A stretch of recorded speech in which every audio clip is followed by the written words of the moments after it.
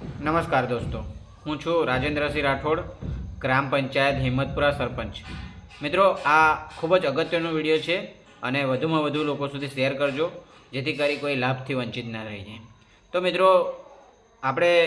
2024 અંતર્ગત જે પ્રધાનમંત્રી આવાસ યોજનાની સર્વેની કામગીરી કરવામાં આવી હતી, તો તેમાં ઘણા બધા જે લાભાર્થીઓ છે, મળવાપાત્ર છે, જે જર્જરિત મકાન છે, કાચા મકાન છે, તેવા લોકો આ સર્વેની કામગીરી દરમિયાન ક્યાંક ને ક્યાંક જેમનું સર્વે થયું નહોતું, તો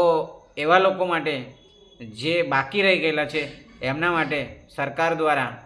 જે એક પરિપત્ર જાહેર કરવામાં આવ્યો છે, જેમાં 21 તારીખથી સર્વેની કામગીરી શરૂ કરવામાં આવશે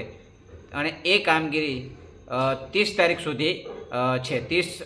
નવેમ્બર સુધી આ કામગીરી થવાની છે. તો મિત્રો, વધુમાં વિડીયો શેર કરજો અને તમારા ગામની અંદર જો કોઈ કાચું મકાન હોય, તેવાનો સર્વે બાકી હોય, તો તમારા તલાટી કમ મંત્રીશ્રીનો સંપર્ક કરજો, તમારા ગ્રામ સેવકનો સંપર્ક કરજો અને કોઈ ગામની અંદર પ્રધાનમંત્રી આવાસની સર્વેની કામગીરી દરમિયાન કોઈ આ સર્વેથી વંચિત ના રહી જાય તેનું પણ આપણે ધ્યાન રાખીશું અને મેક્સિમમ લોકો સુધી આ વિડીયો શેર કરજો.